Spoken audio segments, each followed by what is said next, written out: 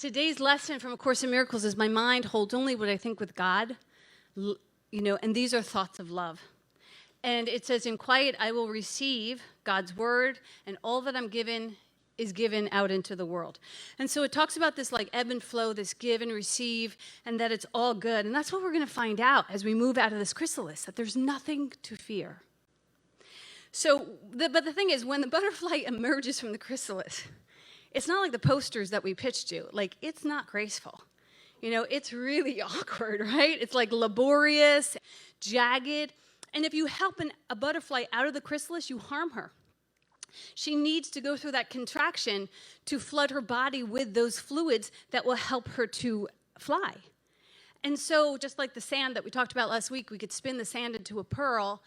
These, what seem like struggles, are not without purpose. So we get to recognize that there is a great purpose in this opportunity to find a deeper strength within us. If you've ever come out of anything, if you ever come through anything, you know that it's odd and jagged and yet amazing and wonderful and awesome to reach for a greater visibility of yourself. That is a holy moment.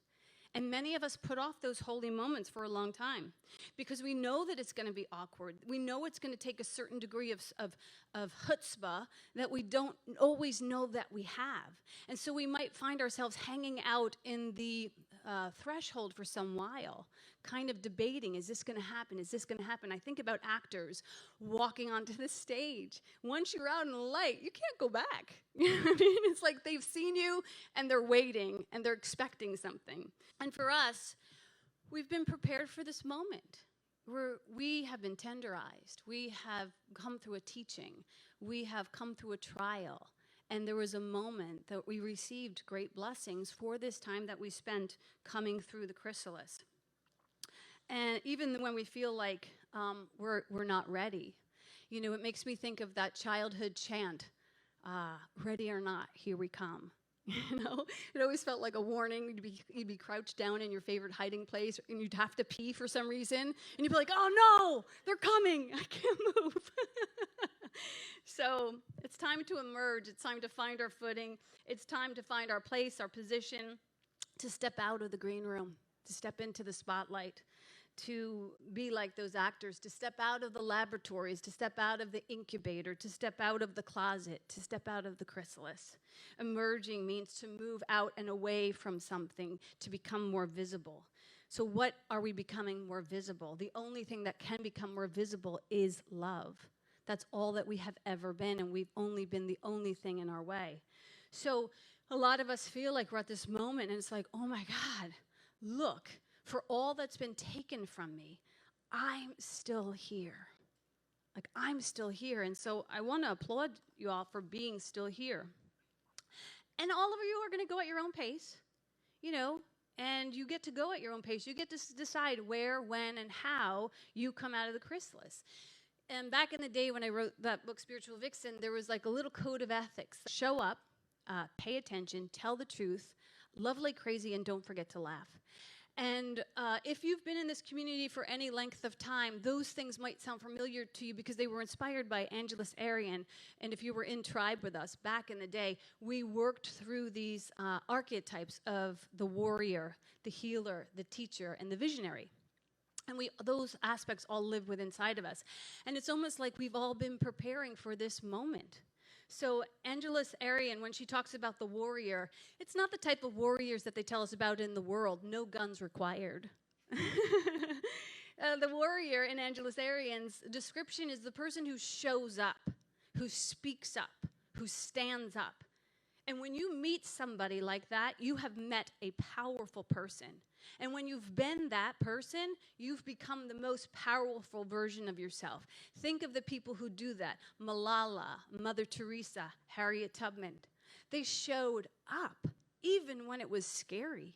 The warrior moves like a ninja. People call Beth Gordon the prayer ninja. She moves like a ninja because she's like fluid with the words, They move like fluidity. Think about how Harriet Tubman moved through the South like water, invisible and yet powerful. So this is a characteristic within us that we want to breathe some life into. They don't get hung up. They don't get strung out. They have very little baggage, which means forgiveness work. They also, because the warrior likes to show up, they're usually show folk.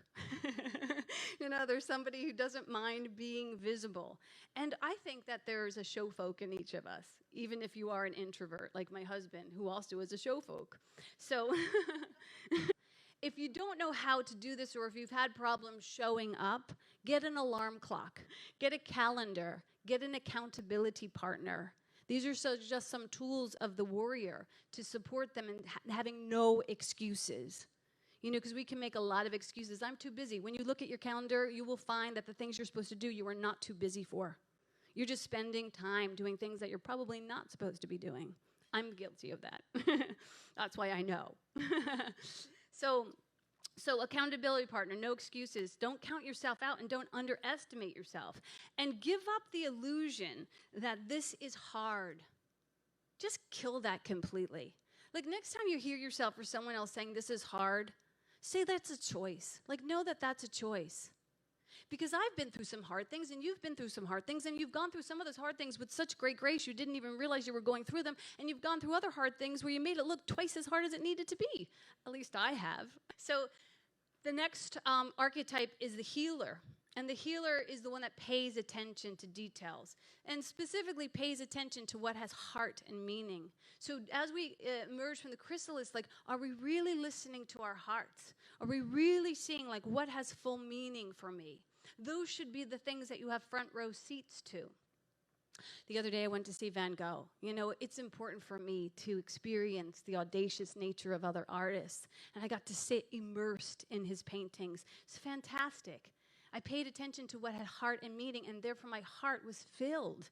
We need to get back to feeding our hearts, not just our bodies and our minds.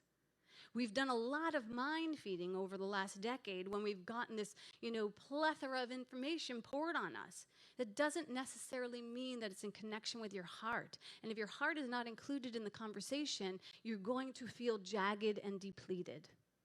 So the healer pays attention to signs and symbols. In fact, she expects them. She pays attention to her thoughts, her desires. She pays attention to the patterns on her teacup, to the fabric on the pillow, to the shifting of your weight, to the drifting of your eyes.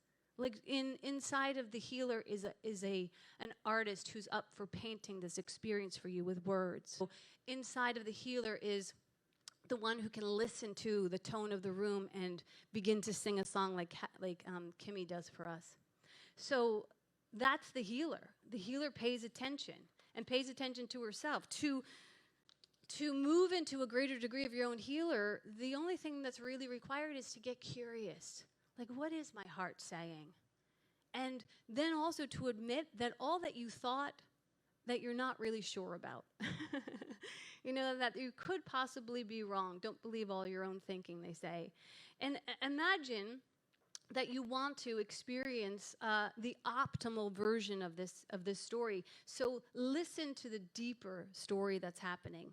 Like I said, healers, they love stories, they love songs, they love dancing, and they love stillness. And to articulate these crafts, the artist needs to be still and listen. And so listen to what? Not to the mind, but listen to the deeper story that's running through this experience to awaken that inner poet. So the warrior shows up, the healer pays attention. The next is the teacher. The teacher tells the truth. So the good teacher tells the truth, the whole truth, and nothing but the truth. The teacher does not water it down. The teacher does not think that she doesn't deserve more than the truth, or that you don't deserve more than the truth, or that you can't handle the truth. The teacher gives unconditionally, which means that when they teach you something, that they don't place conditions on what you do with that information.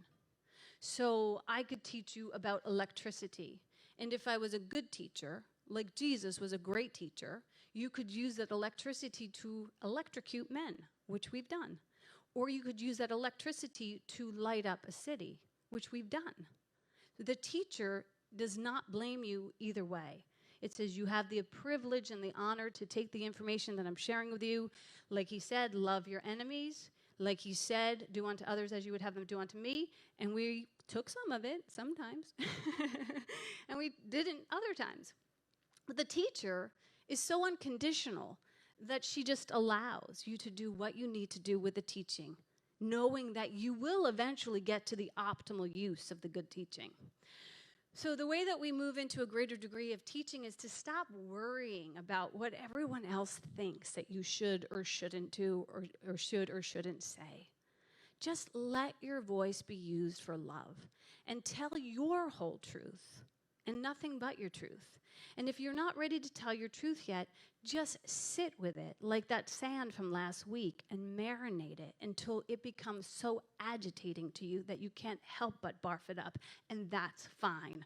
And that's fine. And it will get barfed up on somebody's shoes who wasn't expecting, and you might have to apologize and say, I don't know where that came from, but it has been living in me for quite some time, and you're just an innocent bystander, and I'll try and clean this up a little bit, but thank you for feeling safe enough for me to actually expose myself. That's a holy moment. So the next one is the visionary. The visionary is able to see love, and not just present love, but love on the horizon. Like the visionary knows that love is always on the horizon, so she's able to stay centered in the love that is while also speaking to the love that is expanding. They live in this moment of joyful expectancy. Like, you think this is good. Wait till you see what's coming next for you and for me. That's an amazing and beautiful and generous gift to give to the world. To see that despite the conditions of our experience, that I won't be fooled by it. You know, that I'm holding a bigger vision for you. That although you're staring at the thorns and the rose bushes, and they sure do look real, they are not the whole story. And I'm lifting my chin, and I'm seeing a bevy of beauty, and I hope that you get the opportunity to lift your chin too, because the focus that you're having right now is not the whole story. It's not the optimal idea for us. So the visionary holds that bigger vision. She's a master also at letting go. She's a master at course correction. She walks through many fires. Her scars are not hidden or praised, but used to determine the escape route for others. I just think that's beautiful, because I've seen people live that way, where you are given this information from such a generous perspective, and you know that person has earned it, not because they read it in a book, because they had their heart broken, because they've been through some fires. That's the kind of energy you want to have beneath all of these teachings. So the visionary gets to question everything. Is that true? Is that really true? Elizabeth Keats really is a master at this technique. It's called Byron Katie, and she invites us to ask, is it true? Is it really true? Who would you be without that little truth? Because I want to hold for you a bigger truth. I want to hold a bigger vision for you. What if you want to cultivate the visionary, what you get to do, what we all get to do, is to pare down our belongings, to commit and commitments and relationships to only those that we are truly 100% mad, passionate, in love with. To pare it all down and to only have really, really holy relationships. Because the things that you let go of, and I think this might have been inspired a little bit by Marie Kondo, which I know late on the bus, but just starting now. Oh my God, she's kicking my ass. Letting go of stuff, what I notice is that the things that I let go of, if I love them halfway, I'm underserving them. And they deserve to be loved all the way. And so if you're in a relationship with somebody that you're loving halfway, you're harming them. And either you learn how to love them all the way, or you let them go. They are not your security blanket. All right, so love it all with passion, with conviction. Show up, pay attention, tell the truth, love like crazy. And then the last one isn't from Angelus Arian, but it's actually from the butterfly. The other message of the butterfly is not just that it's really awkward sometimes to squeeze back into life. I don't know if you guys had this experience, but I had to buy new jeans this past week because I was like, it ain't happening. It ain't happening. Oh, well, it's okay. There's more of me to love. But the other message, aside from moving in through an uncomfortable threshold is that the butterfly is a great symbol of joy, of beauty, of taking things lightly, of going with the flow, of trusting that these wings will actually work and that we can actually trust them and we can actually move from the cusp and test all the wisdom that we gained when we were in the chrysalis. The butterfly has that message for us. The butterfly, as I said before in the little invitation, that the butterfly has no need for the maps of the caterpillar. But here's the thing, the butterfly has no need for anyone's maps. And neither do you. You are now on a need-to-know basis with your own divine. This holy instant, what I give to you, be you in charge, that I may follow you. Certain your direction will bring me peace. And if I need a word, it will be given to me. And if I need a thought, it also will be given. And if I need but stillness and a tranquil, open mind, these are the gifts that I will receive because I place you in charge. And when I do that, and when you do that, the gifts that show up at your doorstep are almost unrecognizable, are almost unacceptable because you go, oh my God, is this what you have in store for me?